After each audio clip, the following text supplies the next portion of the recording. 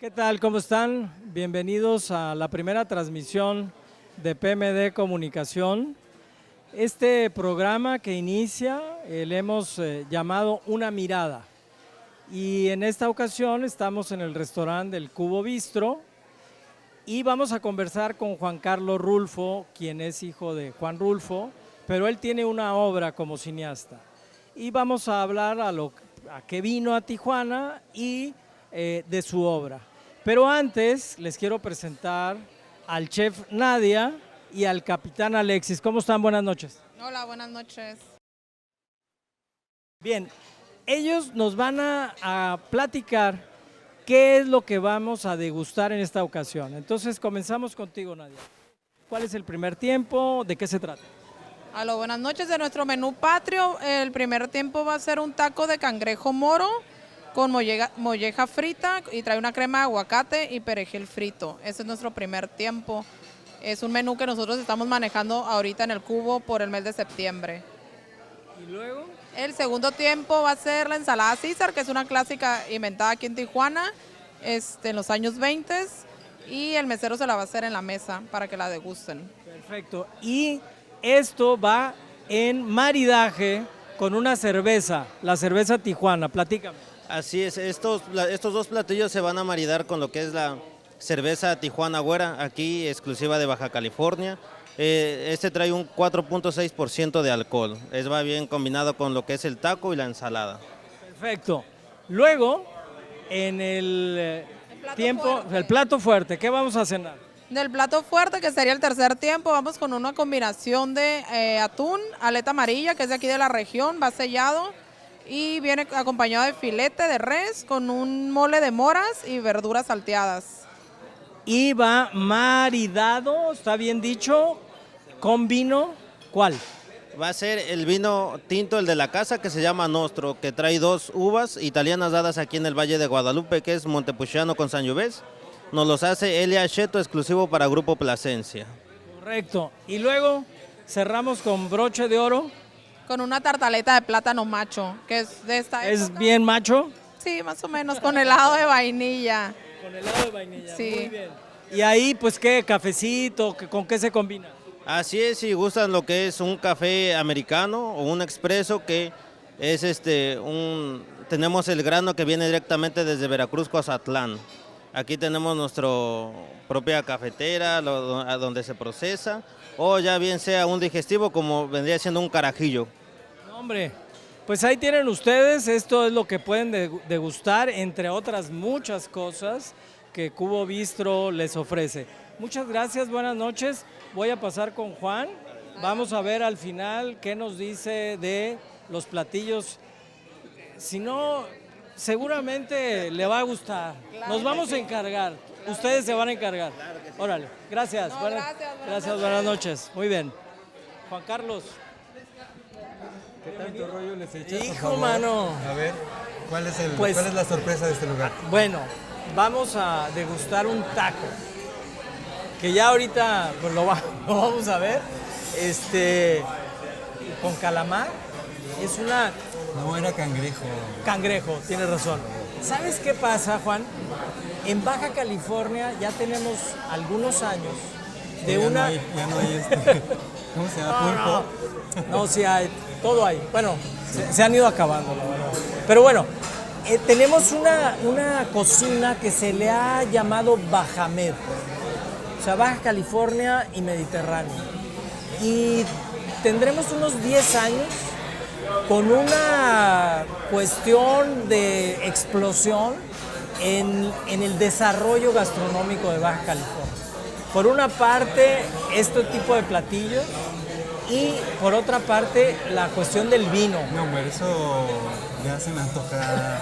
De hecho, estaba todo el festival ahorita de Valle de Guadalupe, ¿no? Había Exacto. un festival musical y toda una cosa Es la época de la a ver si me va a vendimia. invitar. Sí, bueno, entiendo que te van a llevar. El Valle de Guadalupe se ha convertido en Baja California en un centro de atracción de artistas, de cantantes, de jazzistas. Es decir, se está gestando acá en Baja California una cuestión muy, muy interesante. Pero hablemos de ti y de lo que veniste a hacer acá. Es que eso no es tan divertido. Bueno, platícamelo así. Hay una serie, la primera serie mexicana que tú Yo insisto que es la primera serie de televisión documental para las nuevas plataformas de tipo independiente que se está haciendo en México, porque se ha hecho mucho documental y eso está increíble. Hay una explosión de cine documental poderosísima en México, que yo creo que sí se puede decir que es como la envidia del mundo. Y en México yo creo que ha levantado el perfil de México en muchos sentidos, alimentando el cine de ficción. Entonces el cine de ficción se vuelve también mucho más realista, un poco más duro, pero también un poco tomando prestado el documental las cosas. Y el documental al mismo tiempo tiene una factura bien limpia, muy poderosa y muy juguetona también. Entonces, bueno, yo creo que eso está muy bien. Pero la televisión se quedó un poco atrás, creo yo. Y las series, bueno, están con toda esta cosa de los narcos y que yo creo que ya está un poco ya. Debemos de pasar a otra cosa y creo que este es un muy buen ejemplo de otras cosas que se pueden hacer. Exactamente. ¿Cómo fue? Bueno, 100 años de Juan Rulfo, tu padre, el escritor, pero en la conferencia que acabas de dar acá en el Centro Cultural Tijuana, le mandamos un saludo a Pedro Ochoa, que gracias a su gestión, bueno, tenemos la oportunidad de tenerte por acá, y a Karina Muñoz, aprovecho. Espérate. A ver. A ver. Comenzamos cerveza en Tijuana afuera. Ajá. 6 de alcohol. Ok. Y vamos a empezar a maridar con lo que es el taquito de cangrejo. Correcto. Muy bien. Que la disfrute mucho, caballero. No, Oye, muchísima. pero a ver, Sí, a ver. No importa, Ah, ¿me pero traigo? Pues órale. es que es una para Sí, cada- ¿cómo? Bueno, Es que si no, no podemos decir salud aquí. Órale. Piénsale, ¿Empiezo? pruébale. Sí, pruébale. Órale. Bueno. son los cumpleaños de todos. No, y es que este lugar sí se siente como muy... Yo no me imaginé... O sea, Tijuana es un lugar muy particular. Yo todavía no lo logro agarrar. Siempre me dicen y me hablan de la Avenida Revolución, de la Quinta Avenida y de los antros en la noche, hoy es viernes. Ajá. Pues sí estoy muy agradecido con Pedro porque se armó este pachangón. Pero bueno, el bistro dentro del Secut pues es algo bien interesante porque entonces la gente se deja venir. Y en la cultura eso es muy importante, mira, y además, pues que no se diga que estamos en Tijuana, pero no es comercial, ¿verdad? Hay otro movimiento muy importante, interesante, gracias. que es la cerveza artesanal. Salud, mi estimado. Muchas gracias. Ya está, si es que no, ya está se está armando, ya existe un tour, porque en Tijuana se está haciendo la cerveza artesanal. Súper interesante. Bueno, los 100 años y la serie de 7 capítulos, pero mira que te conozco, mira que obviamente Juan O sea, no Rulfo es vamos a muy acabar de importante. hablar de esto, porque- A ver, pero tú, papá, esas facetas, la espiral que se dice en uno de los capítulos. Platícame eso. Mira, desde hace mucho tiempo sin querer, queriendo, me imaginé que algo así iba a pasar, pero no sabía cómo nombrarlo, ni sabía bien cómo decirlo, ni cómo contarlo, qué hacer. Nos conocemos desde la carrera de comunicación en la UAM Xochimilco. No digas hace cuántos años. hace unos años. Y a mí sí se me nota. Bueno, Se ha estado pelón la cosa. Pero bueno, fue fantástico poder dedicarse al documental sin saber que era documental, que eso fue también una cosa importante, sin saber que podía hacerse televisión después, sin saber que podía ser independiente y sin saber también que podía luego el tema de mi padre ser tan poderoso para la audiencia. Entonces, bueno, explorando entre el cine, entre las nuevas plataformas, entre las nuevas cámaras, los equipos más ligeros y eso, y tratar de entender de qué se trataba, pues me animé a hacer algo mucho más íntimo. Yo creo que la vida finalmente se vuelve una espiral y que los trabajos que uno va haciendo van conformándose en ese ir levantando como... Tal vez llegas a lo mismo, pero de una manera con otra perspectiva. La espiral tiene que ver con esto de ver desde distintas perspectivas tal vez lo mismo. Yo creo que lo que hace mi padre finalmente es regodearse sobre el mismo tema, pero desde distintas perspectivas. Y eso lo acabo de entender. Entonces viene Eric Cámara, que es un esteta negro, de África, es un príncipe senegalés. Gracias. Entonces, Aquí el taco. comenzamos con el taquito de cangrejo moro con molleja frita, un poco de crema de aguacate y perejil frito. Este es de nuestro menú patrio, como le comentó la chef. Es por el mes de septiembre y lo van a maridar con lo que es la cerveza Tijuana Güero. Un hombre huele. Señores, no, claro, es de lo mejor. Híjole, Gracias. Esto Gracias. es parte de la espiral, ¿no? Esto O es sea, parte de la espiral. Comer eso es una espiral. Exacto. mística. ¿Te acuerdas de espiral miloso? ¿Cómo Sí, claro. Bueno, Pues salud. Adelante, salud, provecho. ¿Qué tal? Y entonces los expertos dicen que la combinación es una combinación adecuada de esta cerveza con este taco. yo te contaba de Tijuana también, Ajá. que es un lugar muy misterioso, porque aparentemente es un lugar medio desastroso, como seco, árido, muy agresivo, un poco difícil de aprender. Pero por otro lado, es un centro como el Secut, por ahora, porque es el primero al que llegamos. Mañana vamos a tener otro tipo de Chile presentaciones. Tonalá, así es. Chile Tonalá Todo vamos el a mundo presentar. invitado. Sí, es muy interesante ver la recepción de la gente. Porque normalmente tú dices, es una serie, dices, bueno, ¿qué es lo que estás acostumbrado a ver en series? ¿No?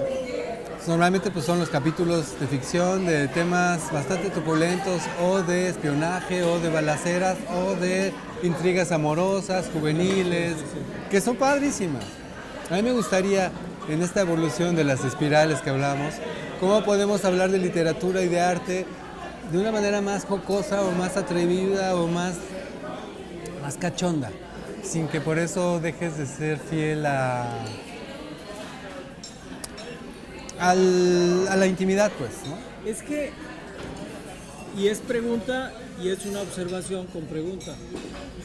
Yo veo en la estructura dramática de este capítulo, y me imagino que aplica en los demás, no los he visto, la misma estructura, una estructura de contar una historia que tiene sus momentos, tiene los momentos chistosos, tiene los momentos de reflexión, y es decir, es toda una narrativa que justamente te va contando, y eso es muy suave. En este capítulo de lo que se trata es de ir a encontrar la piedra donde Juan Rulfo se tomó una foto en el Nevado de Toluca. Y eso es el hilo conductor, y es una película, es decir, es una narrativa, digamos. Una narrativa como sucede en las películas. ¿Es correcto lo que estoy diciendo o hay algo más que nos quieras decir? Es correcto. No, bueno, es que intentas que sea atractivo.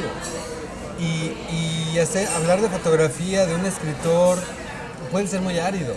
O sea, de repente uno se enfrenta a cosas como un poco raras,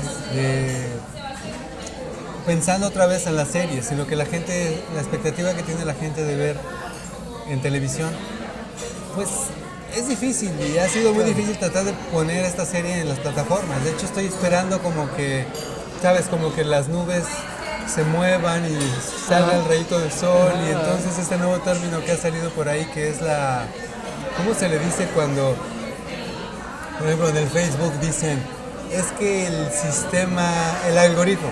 El algoritmo. El algoritmo de las plataformas digan, ahorita es momento de que entonces pueda ser transmitida tu serie. Eso es una cosa, es un albur. De repente un día se puede, de repente el día siguiente no. O como la bolsa de valores, ahorita está la alza y mañanita, o a la media hora se bajó y ya no te van a aceptar. Pero al mismo tiempo pues uno está ahí, y me la ha pasado ya, como dices, no vamos a hablar de años, empujando en el documental con toda la certeza, porque sí estoy completamente seguro, de que el mundo tiene mucho que decir. La ficción también, pero el mundo real está todo por descubrirse, y además buscando nuevas formas de narrativas. Al hablar de esta narrativa, pues uno experimenta con elementos muy, muy básicos. vamos a tener este viaje al Nevado porque es bonito de repente ver a toda esta bola de inexpertos tratar de subir una montaña que no es tan alta, pero que les cuesta trabajo y se caen y uno tiene terror a las alturas y la otra es una necia que no deja de ser necia nunca y entonces se condicionan ciertos factores de cierto humor y al mismo tiempo relacionado con cierta emotividad porque una vez que encuentras la piedra sí es un lugar preciso en donde sí se sentó mi padre alguna vez y yo ando buscando eso, precisiones.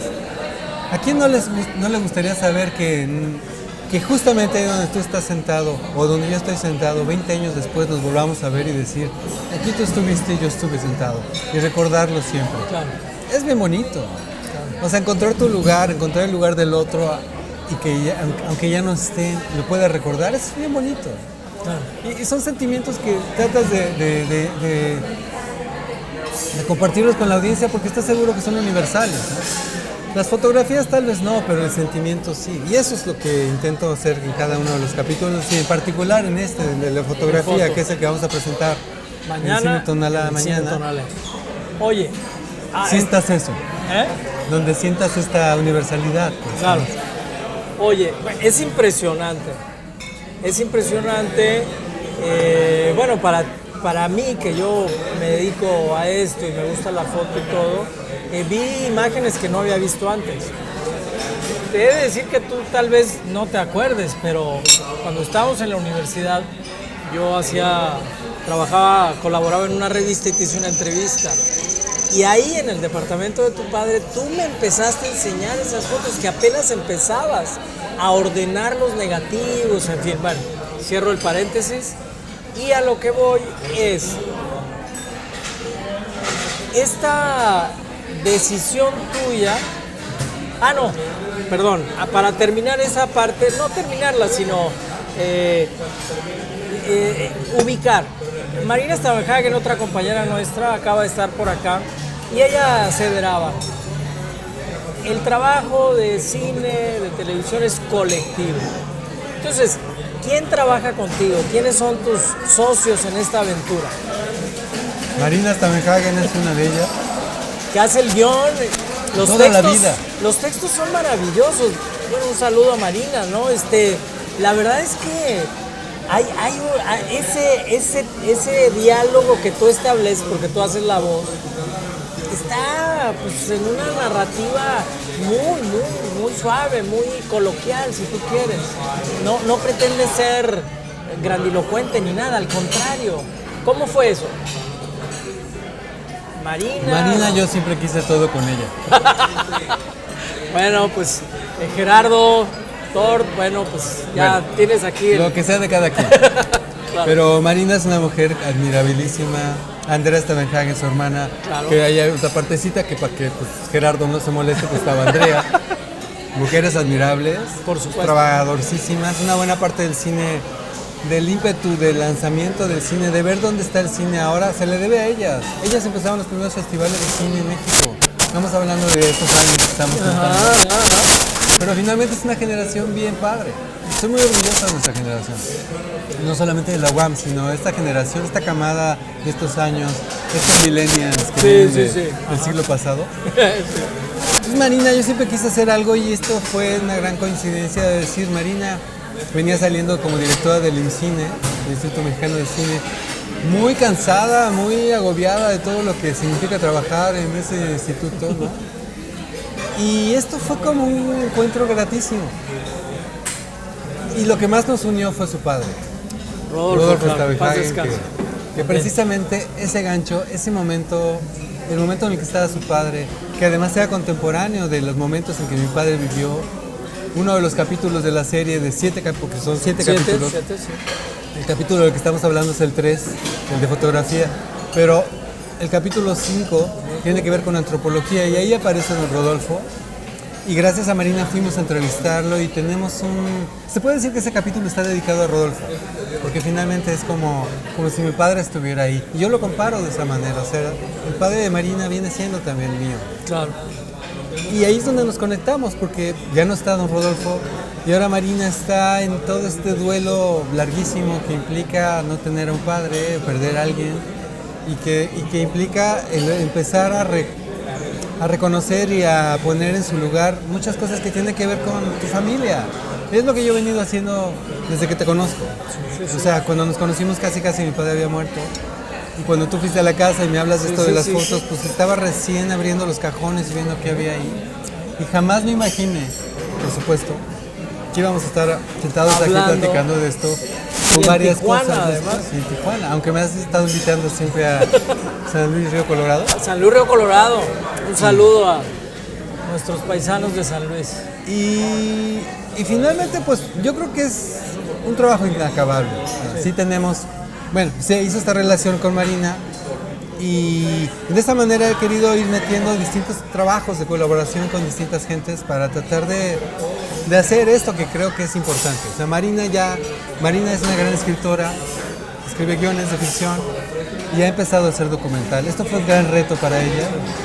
Y yo creo que me encantaría que estuviera aquí en estas sillas. Lo vamos a hacer algún día. Y que ella contara también qué le pasó. Porque hay mucho que hacer, no solamente de Rulfo, sino del ámbito documental, que no parezca documental. Claro. O sea, a esta serie le falta mucho en el sentido de poder ser más juguetona, pero hay partes que todavía no sé, tal vez no hay la forma de quitarle lo que aparentemente es información, ¿no? O sea, como documental. De repente, al momento de estar oyendo, cuando oigo hablar a la gente, que por eso me gusta mucho exponerme, o sea, no la he presentado tantas veces, yo creo que esta es la cuarta, quinta vez en distintos lugares del país. La he presentado fuera de México, se va a estrenar próximamente en el Festival de La Habana, toda la serie, en diciembre. Entonces ver fuera de México con un público como es el cubano, cachondo, con ron, con un poco como de desvelón, toda una serie de... interesantísimo. Ver qué pasa con Rulfo en ese contexto, pues por supuesto que es fantástico. Yo creo que es una serie tremendamente universal y que te permite conocer México. Y no hay nada mejor que conocer un país que a través de sus autores. O sea, es un poco más difícil hablar de México en abstracto que a través de la mirada de alguien que está empezando a conocerlo también. Entonces, bueno, en ese sentido, la serie y el capítulo de fotografía es precisamente la mirada de un autor que está aprendiendo a reconocer su mundo para después escribir. Y lo que tenemos en la literatura de Rulfo no es más que imágenes. Pero ¿qué te pasa cuando de repente un autor que escribe con imágenes te presenta sus imágenes verdaderas? Pues obviamente empiezas a entender. Yo creo que esta es una especie de pista muy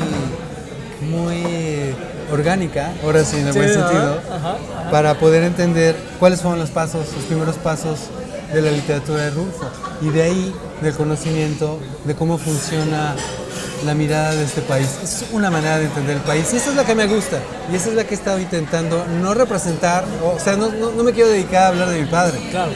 Pero sí ha sido básica. Oye, pero resulta que en la época de tu padre, sí, por favor, la ensalada César inventada aquí en Tijuana. Sí, eso me dijeron. Sí. En 1924. ¿Pero fue porque vino César o por qué? No. A ver, platícanos. Esta ensalada se creó en 1924 en la calle Segunda, cuando el restaurante de César estaba ahí. Fue inventada por el chef Livio Santini y el dueño era César Cardini. Los dos eran italianos. En 1927 invitaron al dueño César Cardini a pasarse a donde ahora están, entre calle Cuarta y Quinta y Revolución. Y pues hasta ahora es la más famosa y se le puso César en honor al dueño. Y pues vamos a empezar a hacerlo. Le puse lo que es la anchoa molida. Anchoa molida. Así es, anchoa, que es lo que es pescado salado. Vamos a poner ajo picado. Vamos a poner lo que es mostaza de yo. Aquí nada más sí me ayuda un poco.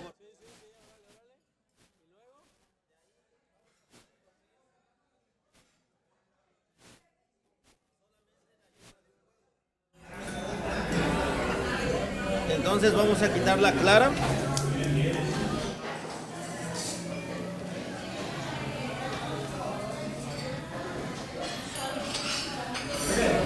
Oye, no había visto ese estilo de poderle quitar la apachurrar los huevos.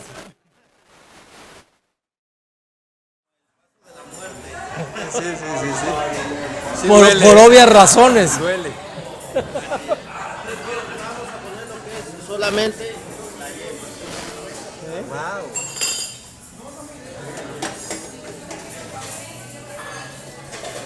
Salud por un momentito. Salud porque por... se está- Sí. Saludcita, vamos a seguir aquí la conversación, ¿sale?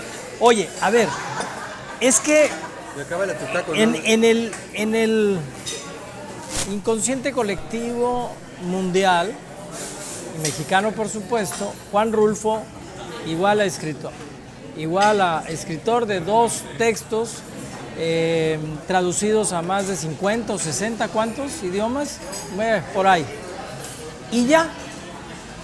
Y lo que tú ahora presentas son las facetas de Juan Rulfo. Entonces, hablabas, por supuesto, de la fotografía, que es este capítulo. Hablabas de que cuando Juan Rulfo hizo estas fotos, hizo mapas que Heraclio Cepeda dice que estaban tan bien hechos, que estaban mejor que los del ejército, perdonen nuestros amigos del ejército, pero en esa época Juan hizo ese trabajo que fue muy importante. Y la otra era la otra faceta, antropólogo. Entonces, a ver, háblanos pues así muy concretamente de esas facetas. Pues yo creo que es como los ingredientes que le vas echando a la ensalada para poder tener una ensalada que esté bien aderezada, que sea inolvidable, porque pues, los elementos son los mismos, son las lechugas, son los huevos, no sabía que le echaba anchoas.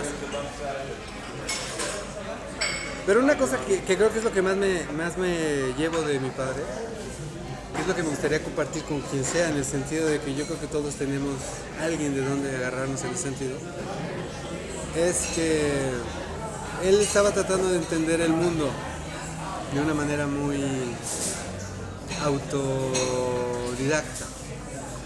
Nadie le enseñó nada.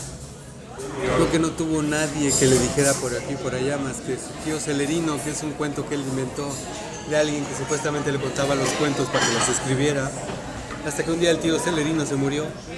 Pero ese también era el cuento, como el cuento que dice que dónde están los lugares que cuenta Heraclio Cepeda también en la serie. Es decir, todo es falso, la vida es un cuento, y tú más te vale que te cuentes el cuento de tu vida para que tenga sentido este cuento. Claro. Entonces él se contó el cuento de cómo contar este cuento, pues contando un cuento, y ese cuento es pues, tratar de ver la historia desde distintos ángulos. Él comenzó pues, tomando fotos, porque le gustaba la imagen. Él estuvo en un orfelinato muchos años, y la tienda de fotografía estaba fuera de Los Arcos, en Guadalajara, muy cerca del orfelinato. Se compró una cámara con el dinero que le dejó el tío de parte de la herencia de su abuelo. Unas monedas de oro que se las dieron en una bolsita. La tía Justa, la nana, se llamaba Justa, imagínate. Justa te manda tu dinero para que puedas comenzar. Y con el dinero que le dio Justa se compró una cámara. Y con esa cámara empezó a ver el mundo. Y con ese mundo empezó a entender qué pasaba, regresar a ese mundo en donde él había vivido la muerte de su padre, donde habían muerto todos los tíos y los cuales lo tuvieron que retirar porque aquí el asunto era bastante tremendo. Regresa a esas tierras a volverlas a ver con su mirada.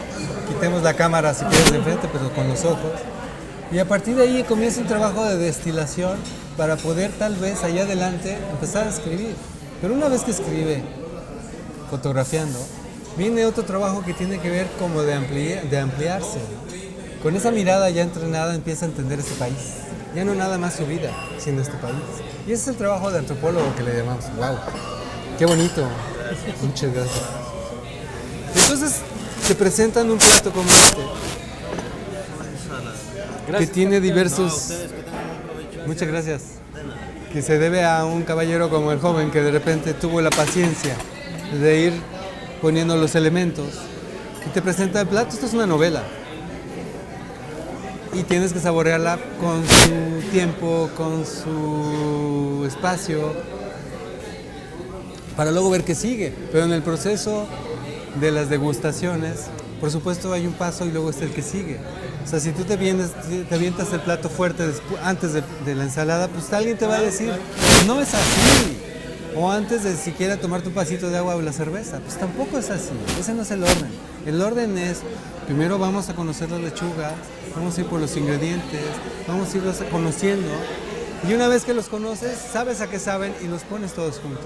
Eso es hacer una novela, o eso es escribir, o eso es hacer una obra, la que sea. Claro. Oye, Juan, a ver, Perdón, se me cayó mi servilleta. sí. Se nos ha ido el tiempo rapidísimo Ay, no hemos pasado de la ensalada. entre la degustación ¿Es y el la chiquito o es el conversación. Creo que es el pequeño. Pasemos rápidamente a tu obra artística. Hiciste El abuelo Cheno, hiciste Del olvido al no me acuerdo, En el hoyo, premiados, algunas, sí, en Sundance ganaste premios.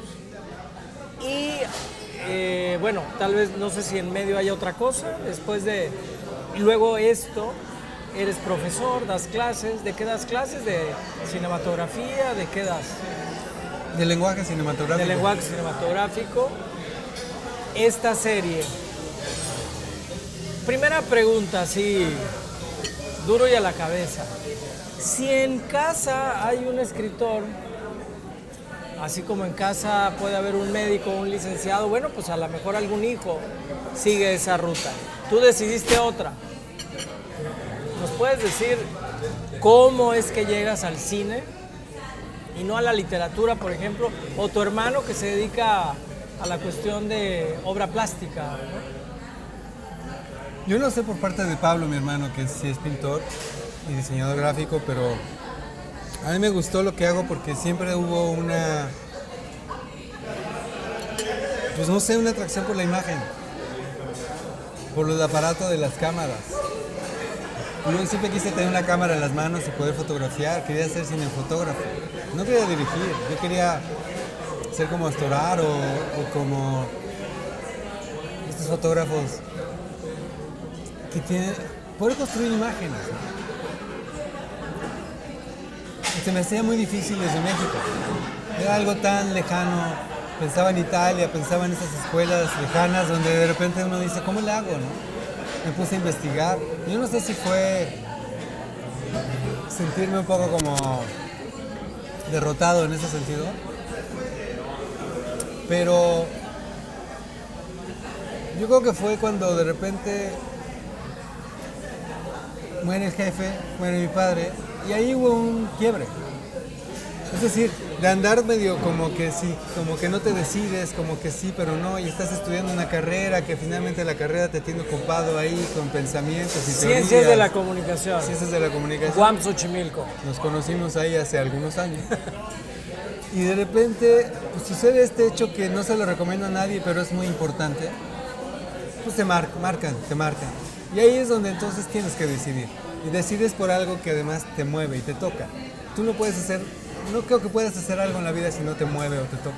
Nada más por hacerlo. Yo creo que hay algo que funciona porque te apasiona y además porque te mueve. Y en este caso no era cualquier persona, era alguien que pues, es el que es.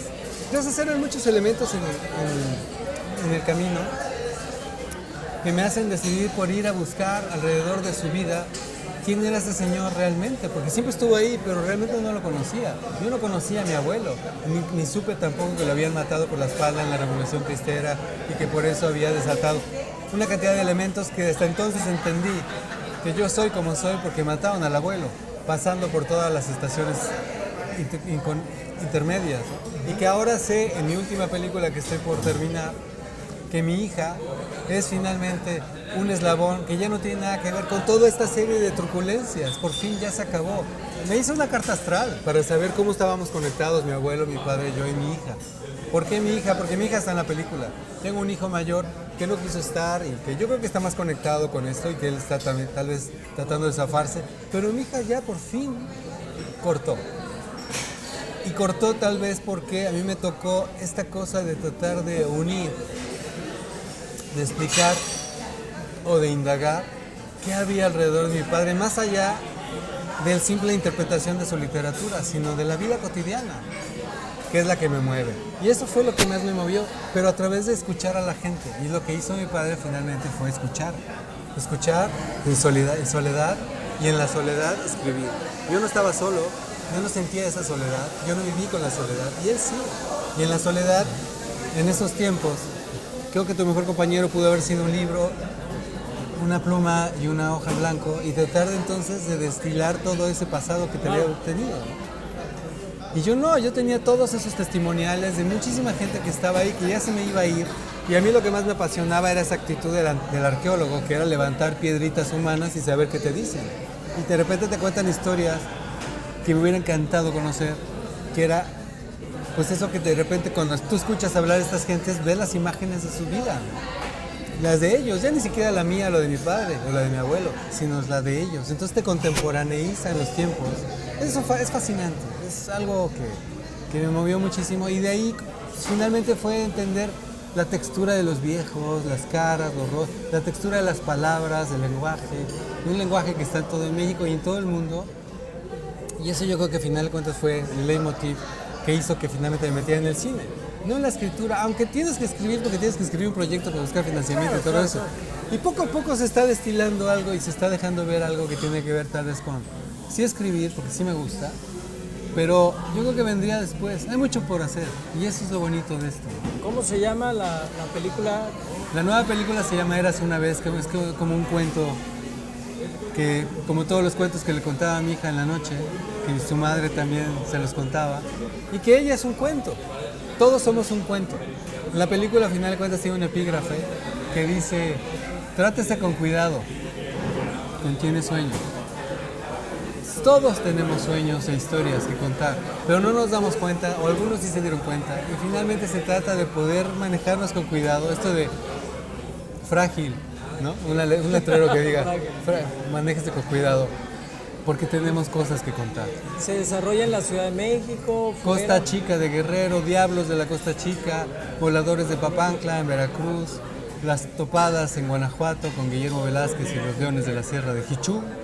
Mi hija, que empieza desde que tiene 5 años hasta que tiene 12, o sea, es una película que tardó 5 años en hacerse, lo mismo que tardó la serie, porque resulta que esa película era la serie. Todos estos viajes a estos lugares que me han encantado, como muchos lugares de este país, pues de alguna manera no encontraba un pretexto para poder narrarlos si no hubiera sido por los cuentos que mi padre me contaba. Cuentos inconclusos o cartas que nunca me envió de viajes que él tuvo, en estos viajes que dice Heraclio Cepeda en el capítulo 3 de la serie, pero que en realidad son mentiras, nada es cierto. Nunca me contó ningún cuento, ni nunca me escribió nada, pero son como las cosas que me hubiera gustado que me contara. Entonces las cuento, pero al final de cuentas tampoco están en la película y fueron el pretexto, ¿sabes? Como el plato que contiene el platillo, pero ya luego quitas el plato porque ya te lo comiste, entonces ya que te lo comiste lo digieres, y de eso trata la película. Es un poco esta cosa que yo creo que es muy importante en un momento en el que estamos como país un poco destrozados, dolidos del corazón y eso, en donde también está otro país, que no necesariamente es ese. Es el país de las nuevas generaciones que ahí vienen, de los que están buscando nuevos sueños, de los que buscan el sueño de ser algo o alguien o construir su vida. Y yo creo que es importante verlos. Hace un año yo no sabía decirte eso porque me sentí un poco fuera de lugar, pero ahora creo que es fundamental. No podemos seguir con este achaque, como el molcajete para hacer una salsa de esas, que pues puede estar sabrosa, pero no podemos vivir solamente de salsas. Claro. Yo creo que necesitamos platillos a los cuales echarle esta salsa, que por supuesto no podemos negar que el país está en problemas, que tenemos cosas que resolver muy poderosas, pero también tenemos mucha potencia. Es un país poderosísimo, no podemos negarlo, entonces hay que verlo. Y en ese sentido yo creo que así, con ese país que tiene ese poder, podemos nivelar las fuerzas, digamos, como en la historia interminable, cuando viene la nada y te quiere destruir, también está esto otro, que es pura vida, ¿no? Pura vida. Esta película, ningún proyecto es fácil, lo sabemos. Me has comentado que la serie tuvo su complejidad, me imagino que esta película también, como los otros proyectos. Después de esto, ¿hacia dónde te ves? ¿Hacia 5 años, 10 años? ¿En otro proyecto? Alguna vez me dijiste, quiero ir a San Luis Río Colorado porque creo que ahí puede haber una historia en el desierto. Hay un señor que vive ahí que se llama, no sé, Cermeño, creo que se apellida, que me ha prometido muchas cosas y que ojalá un día nos podamos ver y que me pase por ahí. Sí. Me habló de un jeep o algo así. Sí, eran los taxis que recorrían desde la ciudad de Caborca a San Luis Río Colorado en época de Lázaro Cárdenas. Eran como las diligencias, pero estas en carros, en los Ford, esos grandotes. Lázaro Cárdenas atravesó el desierto. Y hay una novela escrita por un autor de San Luis que se llama Por las rutas del desierto y cuenta una serie de anécdotas ¿Por qué no la buenísimas. haces tú? Pues sí, bueno, a lo mejor y Una sí. serie de televisión Una de las serie rutas de del televisión desierto. de las rutas del desierto. Es que pues. eso es lo que voy, hay que hacer miles de cosas, está todo por hacerse y no se hace. No se necesariamente, puede ser ficción, puede ser documental, lo que Claro. quieras, o un docuficción, una cosa rara, Claro. pero son apasionantes. Tú entonces, digamos que estás constantemente en búsqueda de historias que contar, las propias, otras, por ejemplo, ¿te gusta de pronto pensar en alguna adaptación o son tus historias? Es decir, estoy queriendo como que la gente te conozca y que diga, pues Juan Carlos va por este rumbo. Pues yo creo que es como una cosa, como en la ensalada otra vez. O sea, no creo que pueda ser solamente documental o solamente ficción. Si no haces un cine que es mucho el cine que te acomoda y que encuentras. Me preguntaste en qué me veo dentro de 5 años. Sí quisiera hacer una película de ficción, pero muy particular. No es una historia de un guión que alguien me dice, tengo un guión que quiero que tú hagas.